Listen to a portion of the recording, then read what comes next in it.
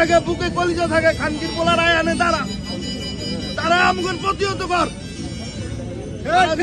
সরকারের পক্ষপাতিত্ব লইয়া আমগুর উপর হামলা করছো, মসজিদে হুজুরকে পিটাইছস, আমগো ঘরে ঘুমাইতে দেশ নাই, রাস্তা আমগরে ভিডিও ফুটো দেখে আমগরে মারছো। এখন আয় 32 আয় তোর বাপের কবর রচনা করুম, এখানে জনগণ লইয়া খাড়াই রইছি। এখানে তোর বাপের কবর রচনা করে এখানে জনগণ যাইব। 15 আগস্ট তোর বাপের আরেকবার এখানে কবর দিব। আজকে মুজিবের মুসলমানি হবে, মুসলমানি ওর শোনাই কাটতে আমি কুত্তার গলা ঝুলাই দিব।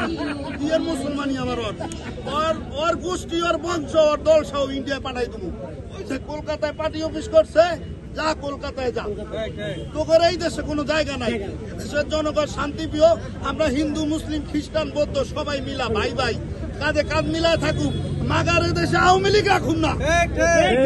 আওয়ামী লীগ যদি আবার আসে তাহলে এই দেশের জনগণ আবার বাস্তহারা হবে, ভাইয়ারা হবে, হাত থাকবে না, পাও থাকবে না, আইনাবার সৃষ্টি হবে।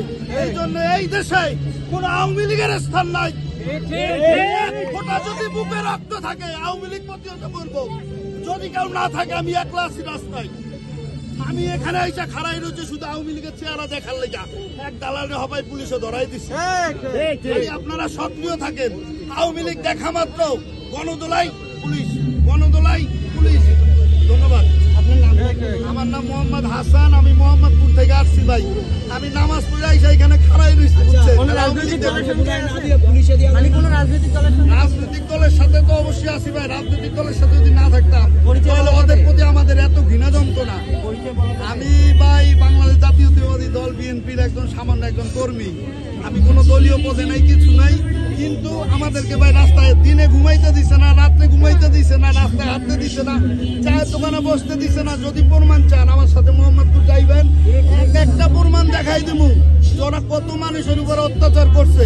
আজকে সে রাগে খুবই এখানে এসে খাড়াই দিয়েছি যে এক একটা করে ধরুম আর পিডামু আর পুলিশকে দিব। বুঝছেন, প্রতিশোধ ছাড়া আর কি ভাই? প্রতিশোধ তো ভাই আমার পিঠে মাইরের দাগ আছে, আমার ঘাড়ে এখনো ব্যথা আছে।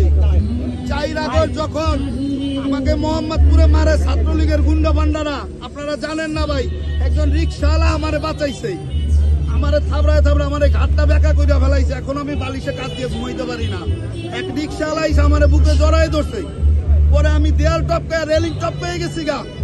সেনাবাহিনীর লোক ও পাশে দাঁড়ানো, তাদেরকে মানে পাত্তাই দিল না। 6-7টা পোলাপান আইসা আমারে যেভাবে পিটাইলো 4 তারিখ। আমি কেবল নামাজ পড়ে বেরোইছিলাম আগস্টের 4 তারিখ ভাই। আমার এলাকার সবাই জানে এই ঘটনা। আমার এই পুরা গাল, এই ছোটা মোটা ঘাড় মার সব খুলে আসছিল। বুঝছেন, 5 তারিখে আপনারা বিজয় উল্লাস করছেন।